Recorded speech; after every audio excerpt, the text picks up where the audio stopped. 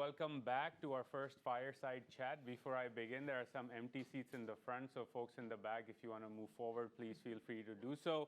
I will be conducting a conversation with Dr. Asim Khwaja, who's here with us from Harvard University and from Boston, took an early flight today. For those of you who do not know him, Dr. Khwaja is the director of the Center for International Development at Harvard University. And he's also co-founder of the Center for Economic Research in Pakistan, better known as CERP, one of the leading research organizations in the country. His focus includes economic development, finance, education, and the broader political economy. Dr. Khwaja, welcome to the Atlantic Council. Thanks so much for joining us today. Shukriya, thank you for having me here. I want to begin, there's a way for you to send questions in as well, online or in the room. It's askac.org, so send questions. I have an iPad here. I'll pull up questions as we move along the conversation. But you heard the two keynote speakers, including the ambassador. There is, I think, a polycrisis. I don't know what your view is, but maybe let's start with your perspective, the broader macroeconomic situation in Pakistan, and what are things that you are concerned about or things top of mind for you as Pakistan enters into a 2024 election cycle? Great. Thanks, Uzair. Again, thank you for inviting me, and thanks for the audience for being here. Now that the ambassador is gone, I guess I'm khul ke baat karenge. Shayad wo sun rahe ho live. Exactly. Sorry, I apologize. I said we'll talk freely now. Look, let me be very blunt and direct. I've never been more concerned about Pakistan. I've been working on Pakistan for 2.5 decades now than I am now. Not because something drastically different has happened, but because the kind of chickens are coming home to roost now. It's been a consistent sort of, it's not just this government or the previous government or even the government before, or even our friends in uniform. It's just been a consistent misapplication of what I think building a healthy economy would be. And I'm going to say this and sort of annoy my macroeconomic friends, but I think Pakistan is obsessed with the macro in a way that is unhealthy. I mean, what I found very impressive with PDAS's, Elizabeth's comments was, none of it was about renegotiating debt, right? Every comment she made was a very specific, actionable thing. And I think for me, the fundamental mistake we're making is we think Pakistan's solutions are going to be renegotiating some loan with the IMF or getting some money from China or from UAE and Saudi, and we celebrate the arrival of money. Pakistan's problem is not we don't have money. Pakistan's problem is we misuse the money we have. We're not a productive nation. And when you're a productive nation, money will come. So we kind of focus on exactly the wrong things, like the tail wagging the dog. And even when an investor doesn't get reassured by saying, oh, look, Saudi is also putting in money. In fact, that scares me as an investor. Investors get excited when they see there's a burgeoning, exactly what Elizabeth was saying, when there's burgeoning talent, when there's money to be made, right? And so for me, the only discussion I want to have, if you call it a macro discussion in Pakistan, or at least the primary discussion, is one on productivity. So let's jump into that, and I'll get to the specifics on the productivity side first, but you said something interesting that as an investor, the coming of Saudi money would concern you. I kind of agree, and my view on this, and I've written about this publicly, is the SIFC framework, for example, right now, is you trying to short-circuit the process. And the analogy I use is if you try to short-circuit everything too many times, you're going to get electrocuted and probably die. So, but elaborate your point on why would an investor get concerned about something like an SIFC mechanism or Saudi money, quote unquote, coming in? Yeah. What's the issue it's here? It's not whether it's Saudi money or not. Is, think if you're a company and you're first. We worry a lot. We have several entrepreneurs over here. Your first investor is really important in a company, and if you get an investor who has a reputation of successful returns on their investment, that's a strong signal. When you have an investor whose reputation is building pie-in-the-sky ideas, and fritting money away, right? That's not going to send the right signal. And so for me, again, but it's not even, look, there's lots of smart Saudi money as well. But this kind of kashkol money, which I call this kind of begging bowl money, which is give to us because we're desperate, give to us because we need a bailout. What is it? 50 billion is going to come in 5 years, half from Saudi and half from UAE. This kind of fait accompli money is a very weird way of saying it, right? It's not, like, that's not the target. The target shouldn't be, this is the money we need to raise. I know it seems like the mechanical target because some accountant is sitting there, and we have been led by accountants as economists.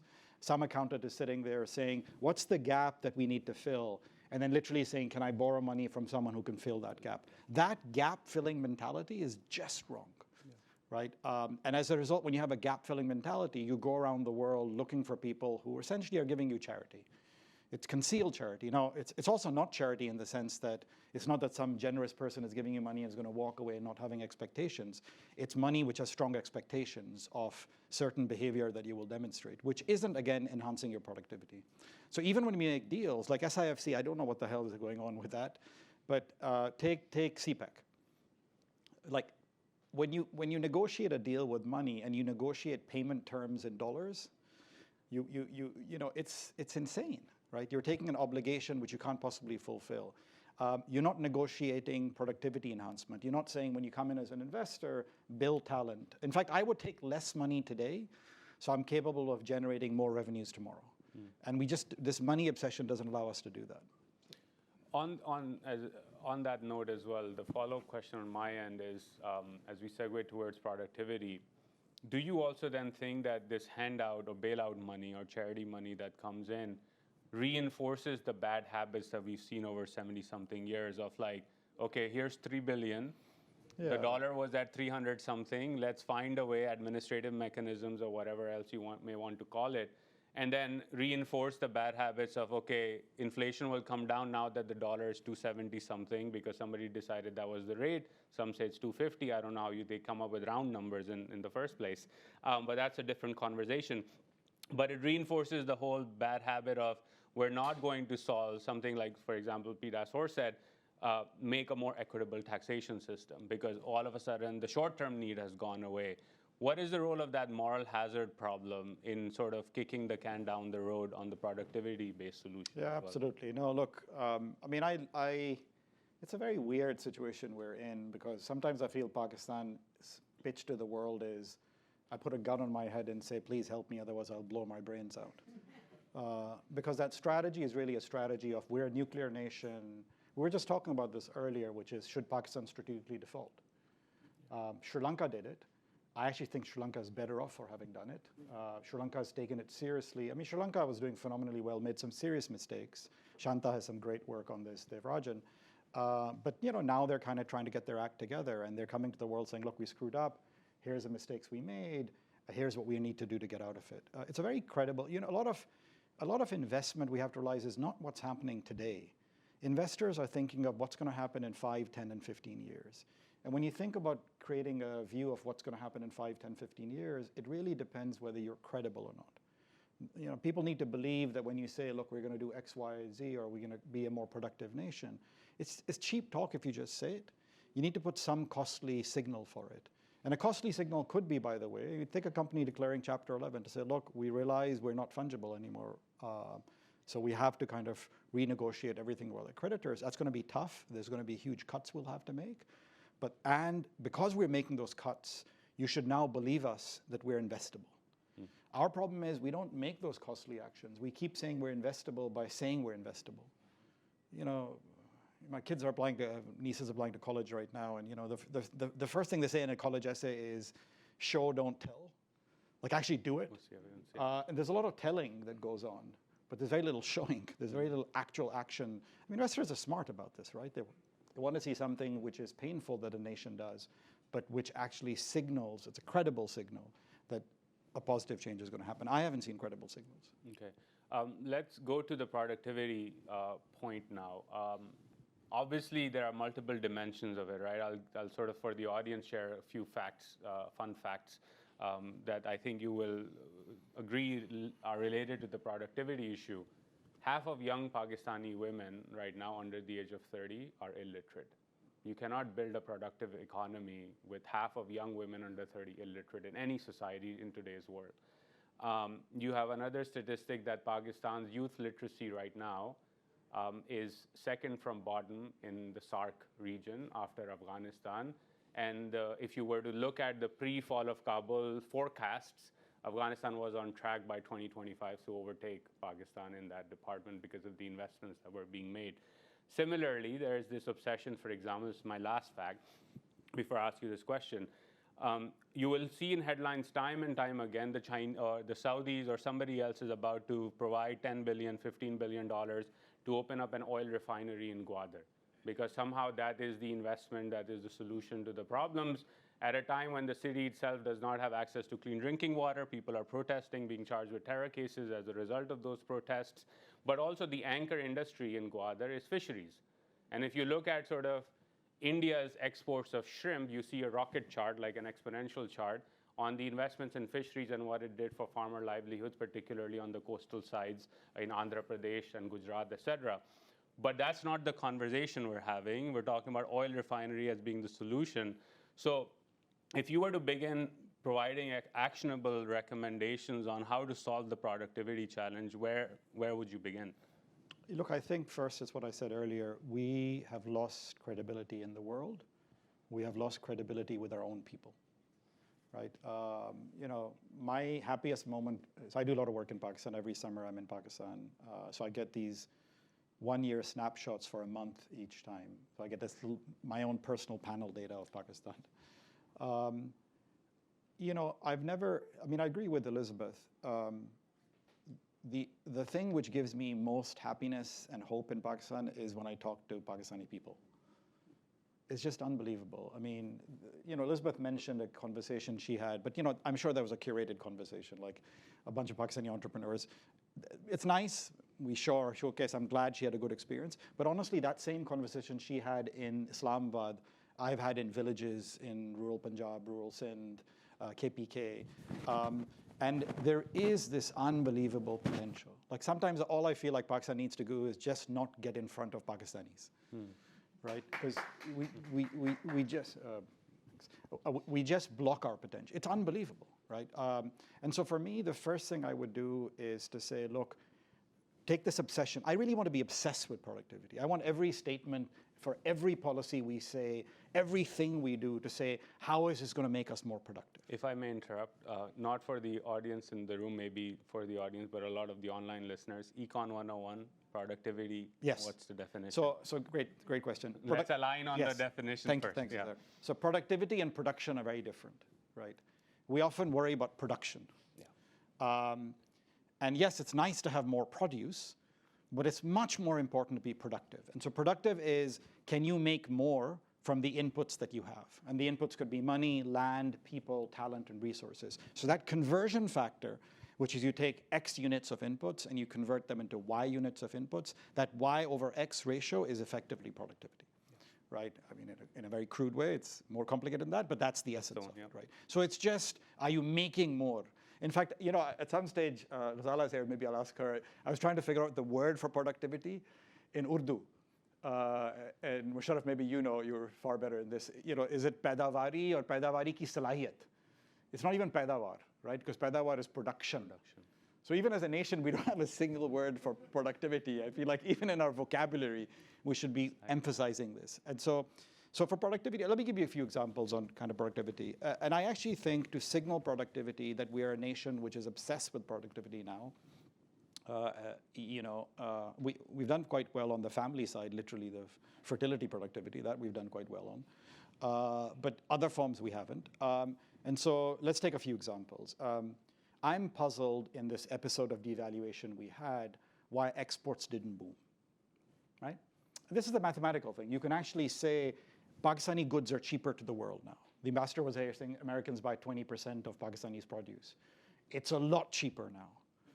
Why wasn't there a massive export wave? There's a natural correction system in the economy, which is when you devalue, you're able to export more, you earn more dollars, that makes the rupee stronger, and so you revalue up, right? Empirically, there's some now research on it. We didn't see a lot of reaction. So that means something is stopping the entrepreneur from being able to sell more. Is it that they don't have presence? Is it that people are worried about the quality of the order? Are people worried about the stability to say, yeah, Pakistan is cheaper right now, but will it stay cheaper? Or will it even be able to produce stuff? Because what if even more catastrophe happens and this client that I'm buying from just stops being able to sell? So on the export side, we have very tangible actions we can take. We know the exporters. did we go to them and say, what's going on, guys? Why aren't you selling more towels to Kmart or Walmart or whatever you were doing before? What's the barrier over here? So that's one, just in exports. You could also think of, let's take something like climate change. Again, it's how you frame and what you do. So we are very happy, and recently we had Hina Rabbani Kar and Sherry Rahman over at Harvard giving talks on sort of climate. And one of the things I pushed them on to say, look, I really appreciate we did this loss and damage negotiation. It's great. But when you think about the loss and damage framing, it's still a kind of help me, I'm a victim of your growth and development, you owe me, right? It's an okay framing, but I actually think we have a much better framing in Pakistan on climate change, which is we as Pakistanis are first responders in the global war against climate change. We are, right? And we are doing some amazingly productive things. We have faculty over here. We have researchers over here who've been spending time on this. We have amazing innovators in Pakistan who are spending time on this. Yasmin Lari builds amazing sort of flood resilient or sort of housing or sort of local housing. So we have some phenomenal people responding. We also have dealt with floods in an impressive way. I'll give credit to our soldiers for that as well. Absolutely, we have good responses there. So we have a way of how do we have a collective response to a national tragedy which other countries will face. Why aren't we coming and getting investors to show up and saying, oh wow, Pakistan is doing such amazing work in this global climate war that we want to help and invest in them. That's a very different frame, right? Sure, you can use the money which comes from loss and damage, but you don't want the charitable money coming in, you want the investing, you want that mindset coming in. And when you bring that mindset, it also changes how we view ourselves as a people, right? And this is something to me which is fundamentally important. When I grew up in Pakistan, this was in the early 80s, mid 80s, I was pretty proud of Pakistan. I'm not a particularly jingoistic person. I grew up in Nigeria, so it's not that I had a long history of experience. But I was happy because Pakistan was like winning hockey, I mean, small things. Jahangir and Jan Sher Khan were there. We had these moments of aspiration as a people. Forgot 92 World Cup. 92 World Cup, absolutely, right? I'm less of a cricket fan. Okay. Squash and hockey was more my thing, but I apologize for. But there is a narrative you tell to yourself, which is a narrative of potential. I worry that the narrative, Musharraf is there, you talk a lot about kind of how we build stories about who we are. The story I worry that our kids, my kids' generation, is telling in Pakistan is a story of we're victims, we're losing, we need help. It's this blame story on others. And you lose agency, you lose excitement, you lose, it really is learned self-helplessness. And so that's another example where reframe the climate thing to be not victims, but responders, but innovators as well. We talked, let me stop up here, we can go on. But let me actually say two other things. So this is about productivity. I also think we need to be prepared. If I want to be credible about what we're doing as a nation, we should face that we are in an economic crisis. We shouldn't deny it. There's nothing to be ashamed about. Rich countries get in economic crisis as well. It's not about showing our dirty laundry or something, right? Like these kind of innocuous but pleasant statements about what we're doing, I think are damaging. I think we should acknowledge to us and to the world that we are in a crisis, but we can manage it. And so what is managing a crisis looking like? So we need to have a controlled recession, absolutely. Either we're going to have an uncontrolled recession or a controlled one. We are in an uncontrolled recession right now. Now, when you have a recession like that, you should again think about who's going to take the biggest cut. You don't want your productive people to be taking the biggest cut. You don't want exporting firms to be taking the biggest cut. You don't want the average person to be struggling, literally living. So you can do this. So I was talking recently to the ex-Indonesian finance minister, a brilliant person. And he said, he's like, look, this whole thing about fuel subsidies, right? Yes, we get pressurized to remove fuel subsidies. He says, we did the math, and it turned out that if we took the entire fuel subsidy away, we could massively increase, we could take that same money, or actually half of that money, and massively increase our social welfare program. Pakistan can do that. Tomorrow, you could get rid of your entire fuel subsidy, you could take BISP and massively expand BISP, And I guarantee if you do that, the impact on the average person will not be regressive. It won't be the poor suffering. We know that fuel subsidies, by the way, aren't even to the poor. Mostly the rich benefit from fuel subsidies. That's true in all countries. So politically, you can be savvy. I'm not being silly politically. Yes, we need to take a cut, but take it in a way, as soon as you remove this fuel subsidy, simultaneously announce and say, we're getting rid of the subsidy, and by the way, we're doubling BISP, or we're tripling BISP, and that's how we're responding. That's a credible way to respond. And the last thing I would say is, we are a bit obsessed, and this is the macro point. We're obsessed with things like GDP and balance of payments and inflation and exchange rate. My analogy is this is like when you walk into a doctor and the doctor takes your first vital signs, blood pressure, pulse, temperature, right? And imagine a doctor only did that. Imagine you went to a doctor and the doctor took your vital signs and said, okay, I know exactly what's going on. Which actually a lot of doctors who are quacks do. Actually, Jishnu has great work on this, and they'll give you like an intravenous drip or some glucose. And actually, Pakistan is like a chronic patient on glucose, right? Which is we walk in, our diagnosis is always this kind of initial diagnosis. It's not really a diagnosis, right? It's the first check the doctor does. All the macro indicators we look like are exactly like that. They're meaningless. Let me repeat that again. They're actually meaningless in terms of addressing a deeper symptom. If I told you your GDP is low, what do? Let's raise the GDP. Oh, great. Our tax base is low. What do? Increase the tax base. That's not a solution. That's just stating the obvious, right? I actually want a completely different set of indicators we should measure Pakistan, and a mindset change. I want frictions. I want to say, take the average Pakistani, businessman, citizen, public entrepreneur, whatever you want to call them. Take the average Pakistani actor and ask yourself, what frictions do they face when they conduct exchanges in their lives? If you want to set up a firm, what frictions do you save? If you try to get a loan from a bank, what frictions do you face? If you try and go to a government office and get a new connection for something, what frictions do you face? It's a totally different measure. I actually think the world has this wrong. We should have measures which are, and we talk about this, the World Bank had some great studies in the past about cost of doing business and things like that. But you could systematically, as a nation, there are political frictions. There are frictions for women. I have a paper on this, which is women can't leave the boundary of their village. Ghazala has some great work on this as well, right? Like, there's massive mobility frictions on women. It's easy to say, let's get women out and working.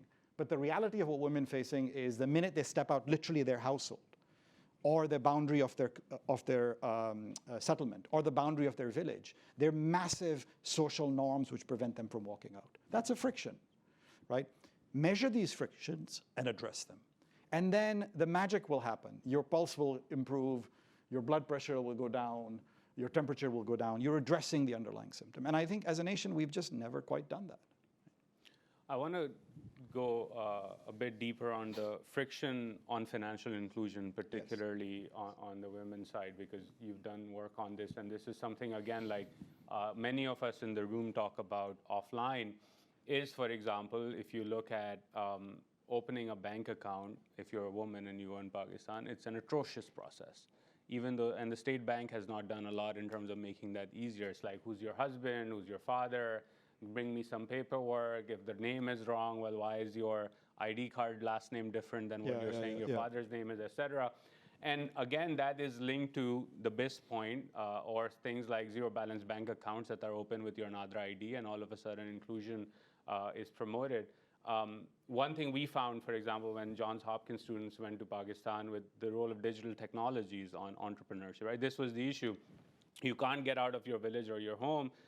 Digital technologies allow you to do that and reduces friction to a point, but the bank account problem was still a big barrier. So how do we solve for that in terms of, and help the audience understand, one, what's the impact of solving for that, and what are some tangible ways in which you would say, okay, here's what the blueprint looks like to improve financial inclusion in Pakistan, especially for women? Yeah, that's a great, thank you. So let me actually broaden my response to your question, because I think, so in our mind, let's think of a Pakistani, men and women, especially women, and let's think about what are the factors that constrain them from deploying their human capital in the world. Because when you get a citizen to deploy their human capital, that's when productivity happens. That is production, right? That is the act of generating more from the resources you I actually think there are three barriers to it. Finance is one of them. One is just education, straight up, right? Human capital acquisition, human capital improvement. Second is finance. And actually the third is health. And I don't think we should be thinking of any reform to unleash the Pakistani potential without thinking of all three things together. In fact, there are days when I wake up where I wish if all we ever did was just those three things, that's good enough, right? I mean, it's a naive view. I have political scientists over here. I know Sarah is sitting in the audience, and I agree that political frictions are massive, especially faced by women. But to me, a lot of those things is endogenous. In other words, if you build education and financial access and health, a lot of things we'd like to see in the system start naturally happening, right? People put pressure politically. People feel they're empowered to do so. People demand better services. People can pay more taxes. People are willing to pay more taxes. So a lot of the things we think are problems are actually consequences of us not unleashing our own potential. So then how do we do that, if we think about that? So let's start with finance, because that's a question you'd asked. In finance, the fundamental problem is our banking system, which is not that dissimilar from a lot of banking systems. We have the following severe problem.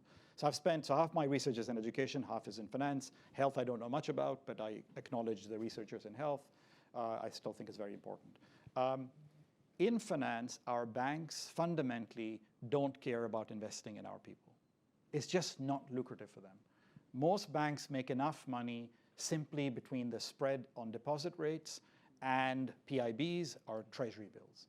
You can make easily, 7, 8, 10, especially nowadays you can make even more. Why would you bother to actually lend in a risky way when you can sit there cushily and make money?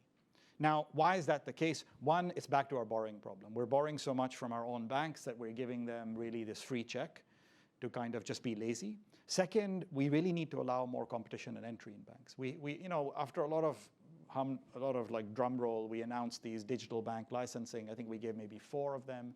You need to do way more than that. You need to have marketplace lenders. You need to have fintechs show up. You need to have digital lenders show up. I've tried to create those enterprises in Pakistan.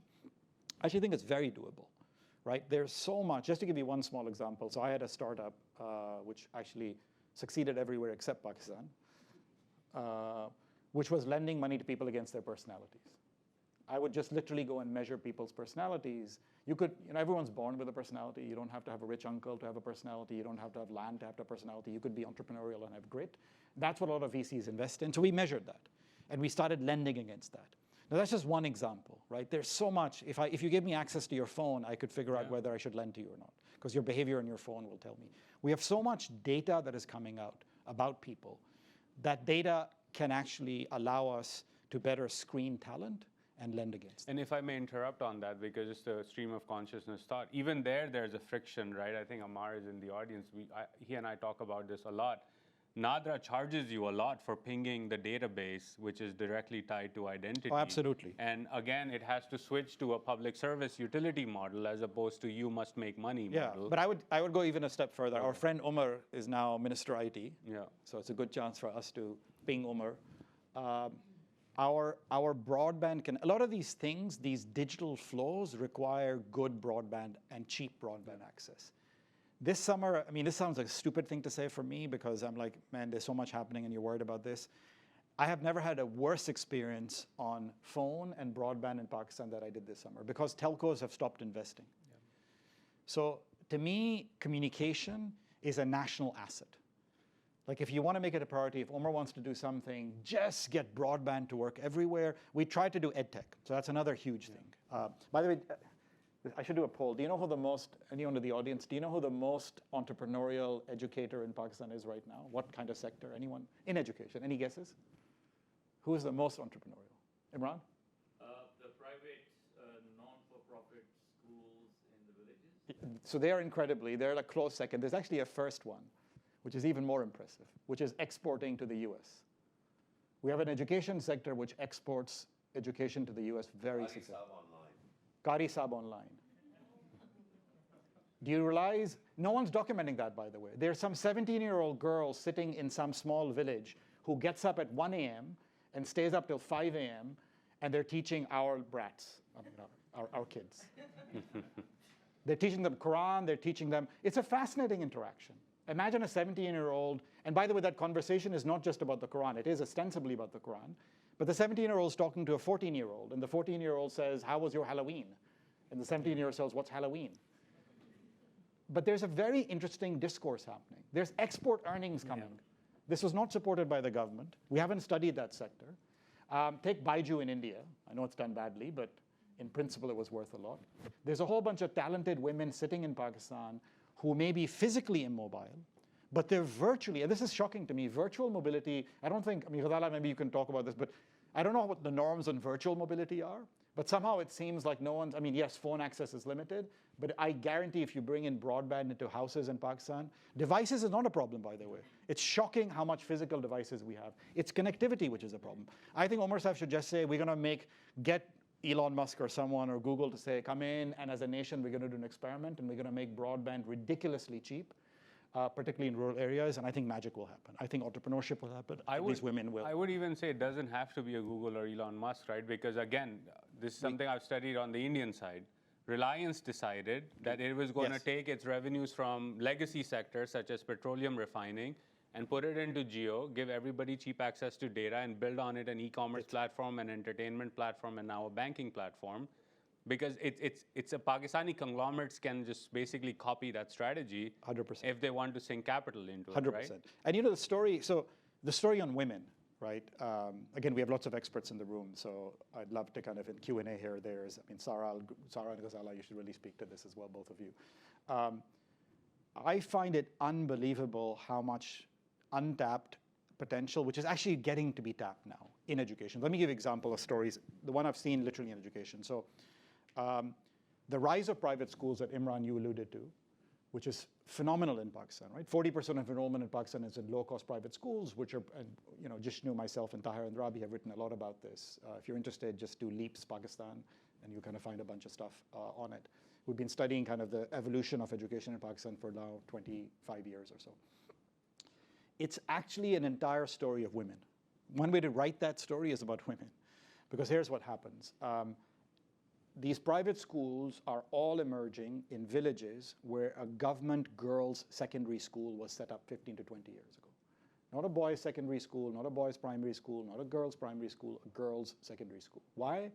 Because you're producing teachers. You're producing local teachers. These schools are run by women who are actually not, and here, there's another fascinating twist to this story. These women are coming in as teachers. They're underpaid. They're paid a fifth of what a public school teacher would be. But they can't get the public school teacher job because that's coveted and it's hard to get in, and you need all sorts of rich people around you to do safarish and whatever to get that job. So they get that job. They're exploited in every sense of that word. And if you get really riled up about this is exactly what Massachusetts did in 1800s, if you're wondering, which is we had amazingly talented women who are not allowed to do anything except teach. So we got women who should be CEOs as your math or chemistry teacher. And that's great for the kid who experienced those women. It's phenomenal, right?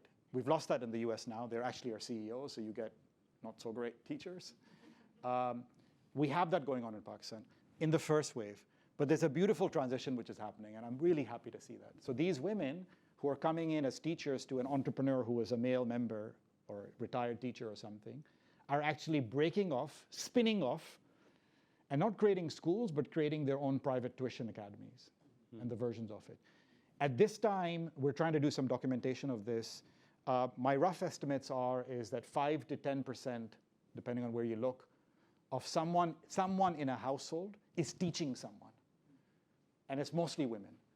And if you count those women as formally in the labor force, which we don't, you can get a substantial increase in female labor force participation. But again, this is not a rosy story. These women are facing huge obstacles, right? They're trying to teach. Their market is just the 5 households near them. Imagine giving them online resources. We could have Pakistani women teaching Afghan women, right? Because that's a huge problem in our neighbor, which we need to address. We can't be shoving back Afghani refugees and saying your problem. We should actually come out and say, look, if we can't handle you, we're at the same time as we can't handle you, we're inviting you to leave.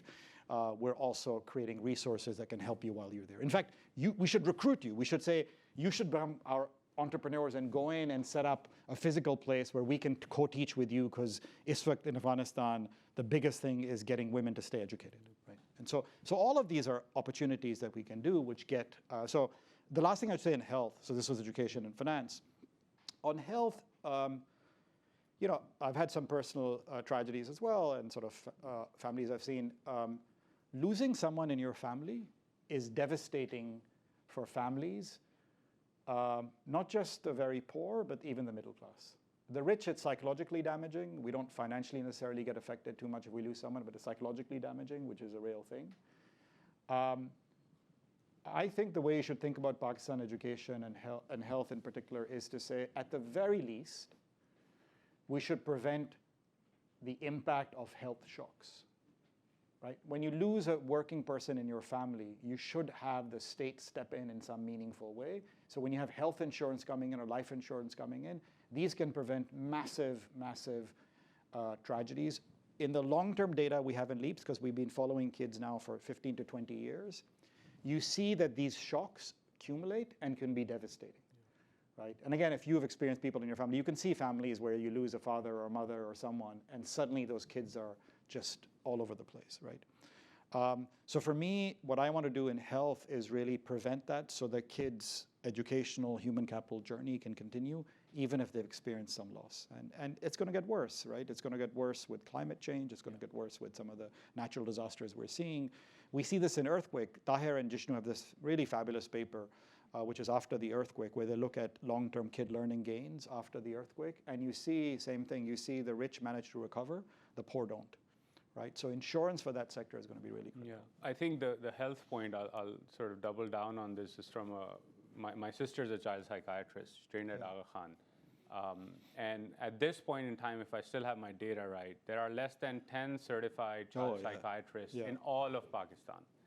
Right, and that's generational trauma. So you talked about the loss of life, but then for that child, there is a trauma that's built in. Oh, for women, if you look at data in Pakistan, it has one of the highest rates of abortion, and these are unsafe abortions because access to contraceptives and family planning healthcare is terrible, which then leads into family trauma, which then leads into generational trauma, and there's no recognition of that. In fact, I was in grad school at this point, it was like years ago, and my sister calls and she's like, you know finance, you know kind of Excel spreadsheet, I don't know any of this stuff. Can you help me build a total life cycle cost analysis for schizophrenia treatment in Pakistan? Because none existed. And I had to sort of, you know, use inflation indicators, cost of medication, et cetera, to build that, because they just did not have, the doctors did not have an understanding of what to tell a family of the cost of healthcare for their loved one who's suffering from this debilitating illness. So I think that's a very important point. And of course, there's malnutrition and stunting and all of that has productivity linkages as well. Last question from me before I go to the audience Q&A over here in digital format. One other friction that many talk about, particularly out of the foreign companies investing in Pakistan or want to invest in Pakistan, is bureaucratic frictions or bureaucratic inertia. Talk a bit about how to solve for that, because I remember 3 weeks ago as we were planning this conference, I spoke with a US company and I was asking them, well, what would you like me to touch on? And they said, can you talk a bit about how to reform NAB? And I was like, you mean NAB? And they were like, yes, absolutely, because none of the policies are moving forward, particularly in the energy sector, because everyone's afraid on the bureaucratic side, rightfully so, they're going to get picked up. So how do we solve for that bureaucratic friction in the policy-making space to do some of the things you've highlighted? That's a great point. Before I respond, let me just say 2 things to health. So Ghazala has made me worried of ever drinking water in Pakistan. Because she's so obsessed with stunting, as she's made me obsessed with stunting. Like, I'm convinced my microvilli do not absorb nutrients as well anymore. This is my justification for overeating, by the way, Ghazala. Which is all Pakistanis. Good news for all Pakistanis. If you've lived and grown up in Pakistan, your microvilli are screwed up. And you can blame Ghazala for that work. But as much as, so we are stunted, actually. So I should be about 2 inches taller. Oh no! By one thing that I wanted stunting to work. It's much deeper. I wanted to just say on mental health. So I've now a new initiative called Gear Up at CID, working on education across different countries. So in Colombia, we have a guy called Gautam Rao, who's a phenomenal economist at Harvard who works on mental health. we started doing surveys of mental health in Colombia for middle schoolers. And it's shocking the extent of mental health problems. So I would hazard if we did it in Pakistan, we would see similar things. This is a global phenomenon. Mental health is a massive, massive issue. And forget Pakistan. At Harvard, which you'd think has all these resources, there are not enough supply of therapists for Harvard students. If you try and get some mental health kind of consult, this is true for most university settings, it'll be true, it'll take you months to get a therapist. What is happening there, which I think is exciting, is what Gautam works on and others is CBT, cognitive behavioral therapy, which is people are saying, look, you don't need a trained psychologist. You can actually train individuals to do CBT. If you're interested, you can look up, there's some really good research on it. A social worker can do it. So there's actually a supply problem, a massive supply problem. But again, a lot of CBT now can be done online, right? Pakistanis are great at dealing with shit around them. I think they'd make great therapists, right? Because half the people, like half of my conversations in Pakistan are mutual therapy. We go to a dinner or a shadi or a funeral and someone says, "Acha kya ho raha hai?"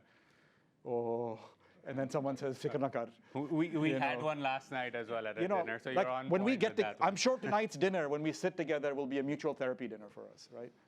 But jokes apart, there is a massive service need to actually do this stuff. And I actually think, Pakistan's biggest bounty right now used to be what Ford Foundation would have called 40 years ahead, the biggest problem, which is we have a lot of young people. In fact, our comparative advantage as a nation, even relative to India and Bangladesh and China, is people, right? We should be not selling our people outside, you and me. I mean, that has some purpose, I hope. But we should enable our people inside to deliver amazing services outside because we'll need them. The world is aging. They're desperate. China would desperately reverse its one-child policy if it could. It's tried to. It's not succeeded. We should take advantage of that. To your bureaucratic frictions problem. So, it's very interesting. When you think of the theory of bureaucracy, you think of two things. You can select the right people, and you can incentivize them. Right? These are two things you use. Pakistan actually, in good colonial fashion, spent a lot of time selecting. We have teacher selection, we have bureaucratic selection. These are competitive exams. It's not easy to become a CSS officer, right? A DMG officer. You may not be learning relevant stuff. I may go to a Minister of Education or Minister of Health and they're talking to me about Aristotle or Mohenjo-daro. And I'm like, it's pretty cool, but I don't know how that has to do with the hospital. So maybe some mismatch, but they're trying to select really smart people. I think our problem is basically just incentives. So I've done research in Pakistan where I've demonstrated that if you actually take the same set of people and you incentivize them, in this case this was tax collection, we give them performance pay and you get substantial increase. In fact, you get a rate of return. If you think of like how much money would you need to give in extra incentives and how much money does that bring in as a tax collector, the rate of return to that investment was 60 to 70%. You tell me some private investment which gives you a 60 to 70% return. And so incentives. It's as simple as that, right?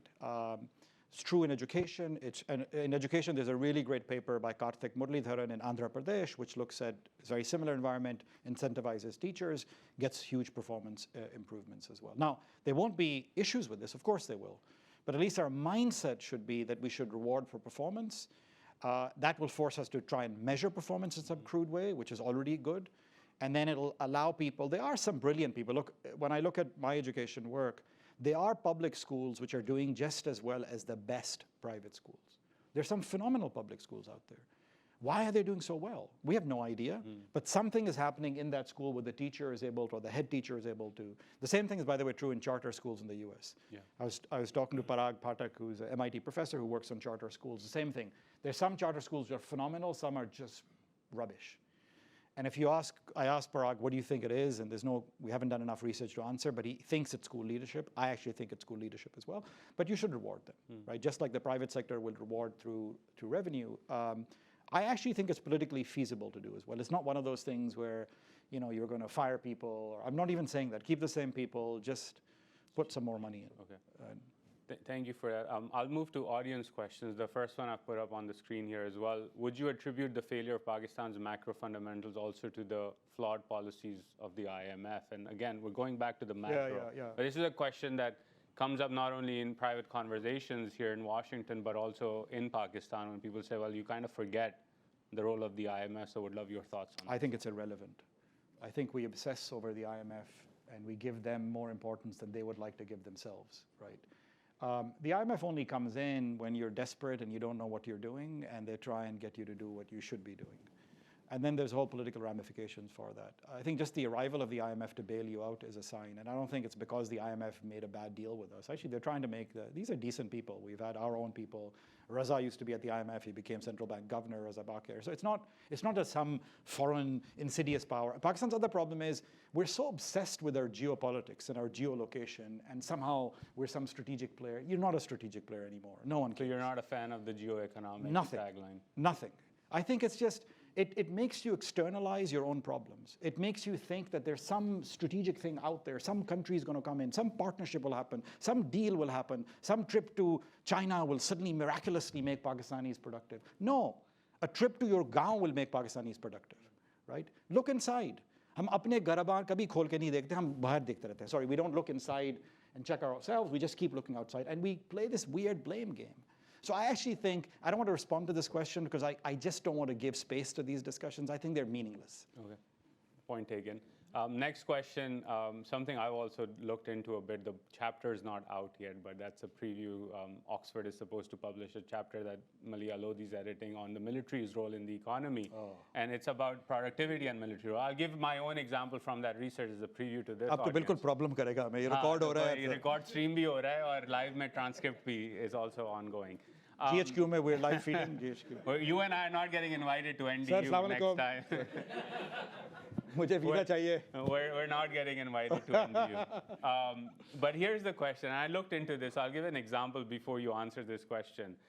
In the early months of the Imran Khan government, there was a conversation about improving or modernizing Pakistan's seed policy because obviously linked to agri-productivity. All of a sudden, the process stalls. And it turns out there's a committee to review the policy, and that includes the ISI and the MI as part of the committee to review this policy, and then it gets shut down. So I'm doing my research and trying to figure out what happened here. And it turns out that both the Army Welfare Trust and the Fauji Foundation own seed companies, but they were behind the curve on the technological front. So the hypothesis is obviously you have incentives to stall the modernization happening. It links to this question like, how do we get around the productivity conundrum with the overarching and continuously expanding role of the military in the economy and economic policy making? I'm laughing at the seed example. Taimur is sitting, one of my ex-students and advisees is sitting in the audience, and he's obsessed with seeds in Pakistan and productivity. And so, what is it, cotton and corn. The two C's is what he's obsessed by. Look, it's something I don't have an answer here. I don't think we as a nation have an answer here. But I also I'm a very practical kind of person. You know, for me, if there are stakeholders who matter and they're powerful, which the army is, you can't disengage from them. Like simple incentive theory would say, if you have to work with them. And so I've tried, actually. This is every year I go. In fact, sometimes I'm called in. Sometimes I try and call myself in and get myself invited, except this year I was just too depressed. And I try to meet someone or the other. We all do in various ways. I'm sort of deeply curious about what is the army's, like when I try to understand incentive theory, I first want to know what is the objective function that this person has, like a businessman or a feudal landlord or a politician. And can I make a Cosian bargain? Can I offer them something which is in their interest, but also grows the nation, grows the pie? Because at some point, all of us want Pakistan to do well. I don't think any one of us sitting there saying, no, I want to make a lot of money and I want Pakistan to starve to death.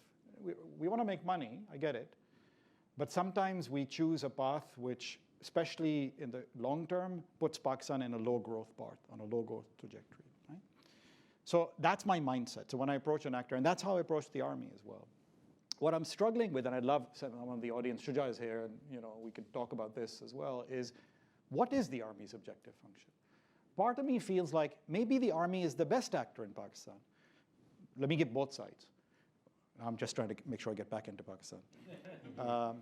Because the army has longevity. The army has long-term views on what it should be, and the army, at least for now, till we get deployed to be a peacekeeping force in Gaza, I hope at some stage we do something like that. We don't export the army, right? It can't exit out easily. So it's tied to Pakistan in a way that a businessman may not be, even a politician may not be, an average citizen for sure isn't. Like, what's the exit option? The army generals, I guess, can be hired to consult the Saudi army or something. But for the most of the army, we don't.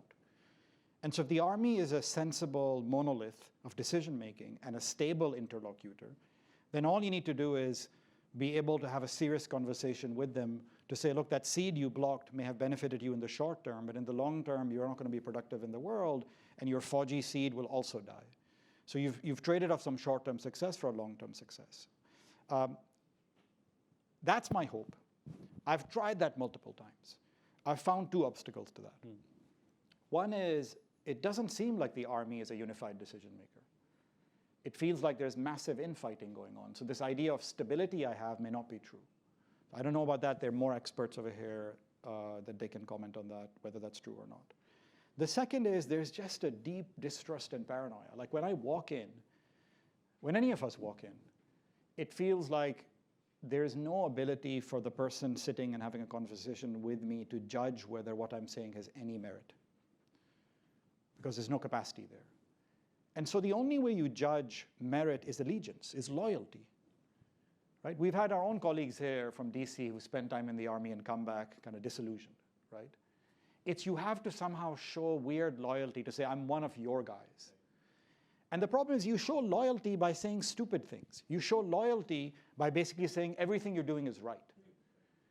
You know, your best friend is not the friend who agrees with you.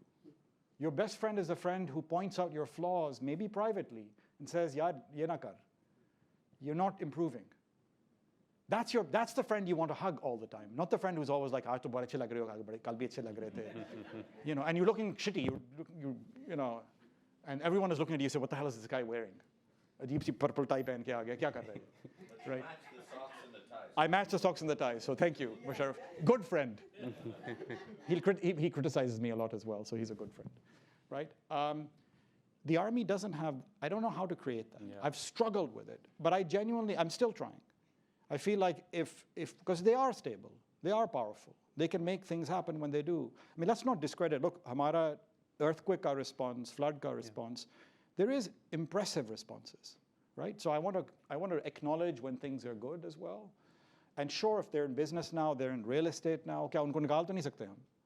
Army generals ko mil rahe hain, wo incentive structure hai unka, theek hai. They actually have a very good incentive structure.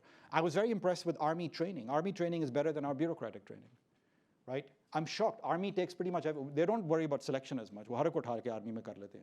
But they have a very elaborate training process. I looked at data flows in the army. It's phenomenal. Their internal intranet is phenomenal. They can sit in GHQ and look at how much aslaha or whatever manpower is in Siachen on their database, right? So, you know. Your point on the honest advice reminded me of the ongoing Apple series, The Morning Show. And in there's a moment the billionaire gets very angry and he says, this is not what I hired you to do. And he's talking to his advisor. And she responds saying, you hired me to tell you the truth. Yeah. If you don't like the truth, then you can fire me. And it reminded me of that. But you know, that's true. So my one plea to, look, all of us operate in these spaces. If we can just create a space for trusted dialogue, could be small room dialogue. You know, a lot of you may have those links, and you can just say, let me call this person. I trust them. I know you don't know who they are, but they're an expert. Take our diaspora. I'm amazed how many times I did Umrah this time. I said the same thing to the Saudis. I was like, man, you have this amazing Umrah, Hajj, tourism going on. Do you realize how many talented people show up here? What if you just gave them an extra day? You have the world's brightest people showing up to do Umrah. Give them one more day and say, come give us advice. They'll give you great advice, right? One more day. Costs you nothing. We have amazing diaspora coming in. I've had, Atif told me this years ago. Atif Mia is a colleague of mine at Princeton, co-author of mine as well, got a call from the Chinese embassy saying, oh, we're looking at talented people and, you know, would you be interested? I have never, not us. Has any of us, Ghazala, you, Sarah, Uzair, you, has anyone else gotten a call from the embassy? Not कि आप event करें और sort of खाना खाएं और Pakistan independence day celebration करें, but I recognize your expertise. I've done a database search. I am matching you with the right counterpart in Pakistan. It's doable. This is just a dating app. Some Pakistani kid will make it for you. I'm sure वो 15 साल की अफरा जो बेचारी जो थी वो, she'll make it for you, right? There's enough kids who can make that.